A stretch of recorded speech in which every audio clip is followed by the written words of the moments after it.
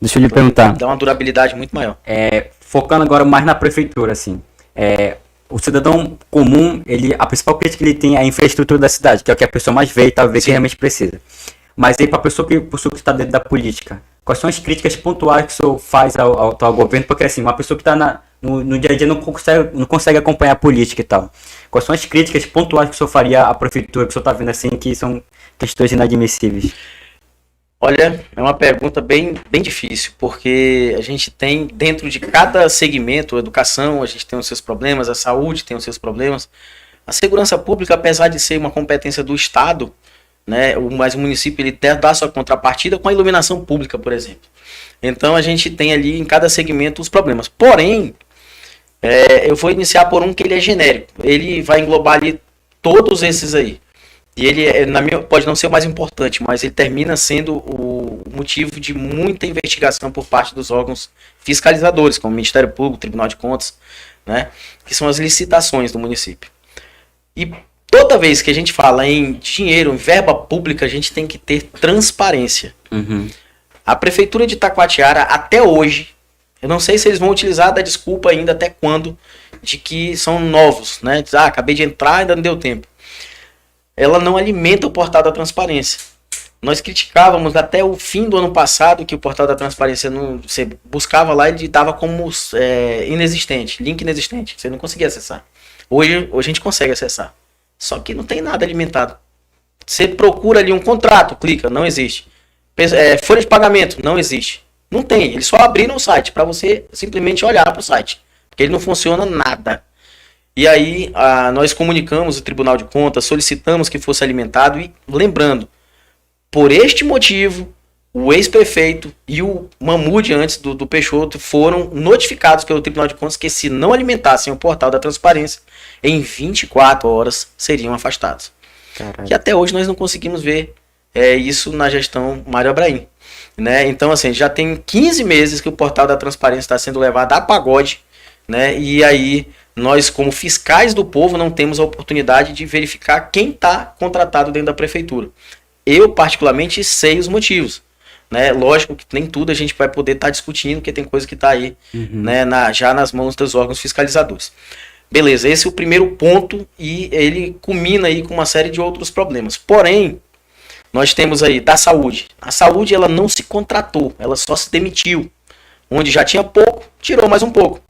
E hoje você vê as filas dentro do hospital, da UPA, né, que só aumentam. Você diminui a quantidade de funcionários e a quantidade de pacientes, ela termina aumentando, porque se a gente tem aí o aumento da natalidade, a diminuição da mortalidade, né, a quantidade de pessoas que tiveram doentes aí por ocasião do Covid e deixaram de tratar hipertensão, diabetes e terminaram ali tendo que buscar a unidade de saúde para compensar aquela doença que descompensou.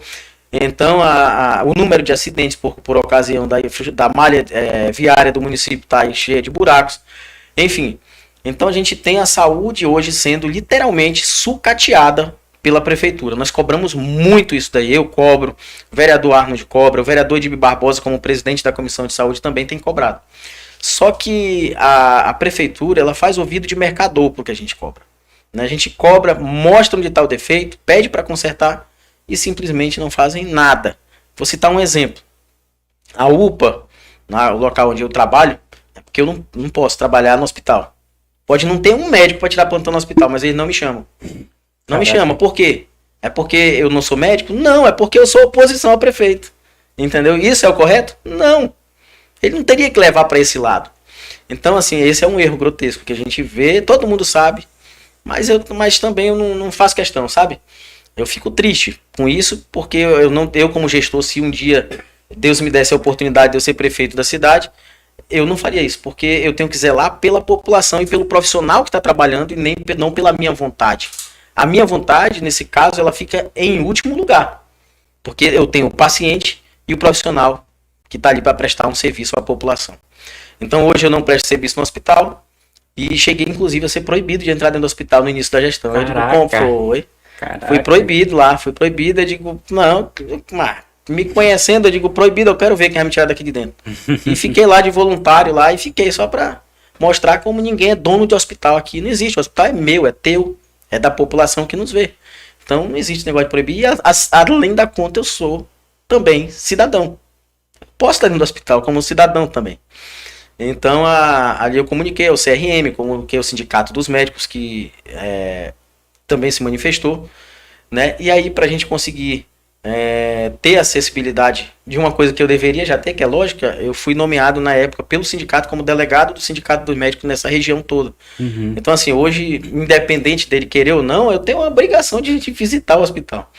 E a gente tem feito ali, ainda que timidamente dentro do hospital, mas dentro da UPA de uma maneira muito mais acirrada, né? Então, a gente tem um exemplo, o governo do estado cedeu uma quantidade de quase 80 profissionais agora, esses dias, para a UPA, emergencial, só por um mês, e o contrato foi encerrado ontem.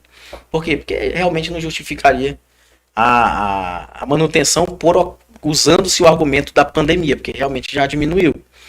Porém, a UPA, a partir do dia 1º, volta ao status de isolamento, praticamente. A prefeitura não vê a UPA como uma unidade de saúde do município. Caraca. Então você não tem ali profissionais para o raio-x. A gente tinha agora, com o governo do estado, tinha 8. Tinha raio-x 24 horas. A partir do dia 1º vai ter, provavelmente se tiver, são os 3 que a prefeitura colocou lá. Mas esse dinheiro não é da prefeitura. Ela não paga o profissional do raio-x com o dinheiro dela. A UPA tem um recurso próprio.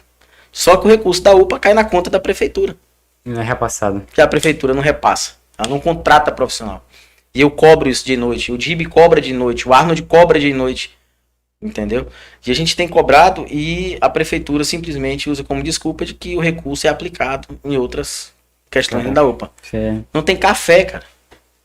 Eu cansei de comprar café, açúcar, água, garrafão de 20 litros, comprar de 20 garrafão do meu próprio dinheiro. O vereador DIB comprando também.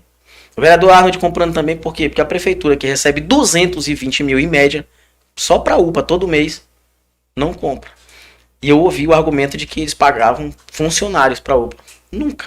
Não tem nem cabimento. Então, e se pagavam, deveria constar no portal da transparência, né? Deveria portal que não é alimentado, né? Exato. Então, assim, mas não paga não. Isso é conversa fiada. Então a gente tem tudo lá, as planilhas da UPA. A UPA simplesmente ela sobrevive por conta da misericórdia, digamos assim, não sei se seria o termo adequado, do próprio governo do estado, que envia recursos para a prefeitura através do governo federal, os fundos, né, que é fundo a fundo, e que não chega, termina a gente ligando e pedindo do estado para mandar o que já deveria vir da prefeitura. Caraca. Então é um desafio enorme a gente estar ali, o laboratório da UPA também passa por esse mesmo problema. E a demora o que hoje, se eu pedir um exame lá, é 15, 20 minutos é um resultado do exame. A partir do dia 1º, como vão sair esses profissionais, Esse mais demorado. pode esperar 2 horas, o mesmo exame que demorava 15 minutos. Por quê? Porque a quantidade de profissionais vai ficar ali a 15, 20% do que se tem hoje lá. Raio-X só vai ter durante o dia. Então a gente tem ali um problema quase crônico dentro da UPA, né, que a gente tem cobrado aí bastante. O outro ponto é em relação à educação. Existe uma ferida, eu já percebi que 2 vezes. E aí, comprovadamente, a gente mostra que o argumento do que nós somos novos e não sabemos, não cola. A prefeitura fez um processo seletivo para educação no ano passado cheio de falha. Este vereador aqui apontou as falhas. Disse, olha, tem gente que se inscreveu para cá e foi selecionado para cá. Tem gente que não se inscreveu nem no processo seletivo e tem o nome aqui.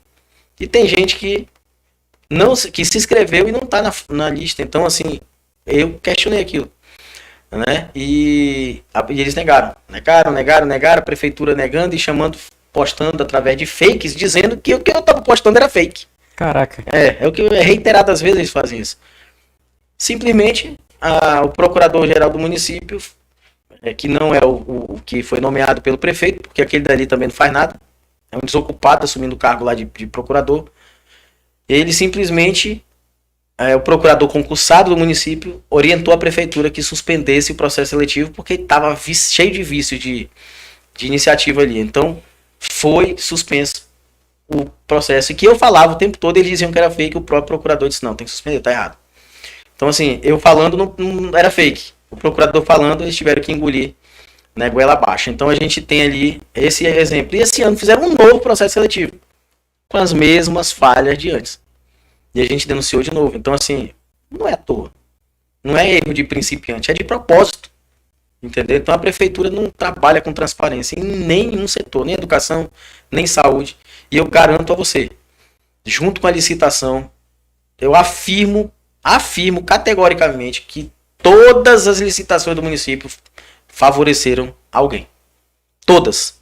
Nós temos aí fontes seguras, inclusive nós temos aí alguns secretárias e secretários aí que já não se sentem confortáveis dentro da prefeitura e pensam em largar o cargo.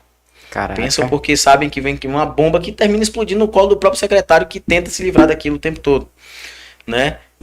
E alguns já saíram e outros pensam em sair, né? E a gente tem percebido aí um incômodo quase que generalizado dentro dos funcionários também, que não são os secretários, são aquele pessoal que está mais ali na ponta, Sim. né? Por conta do descaso, da não valorização do profissional, né? E os garis estão aí para falar, trabalhando à noite, mas não recebe adicional noturno. Insalubridade, passaram a receber depois de muito a gente cobrar. Então, assim, é um governo que tá, assim, eu sei o rumo que eles querem. É a próxima eleição, né? E aí todos puderam ver aí quem que tá por trás de tudo isso. A gente tem um grupo aí que tá cobrando a fatura e muito caro.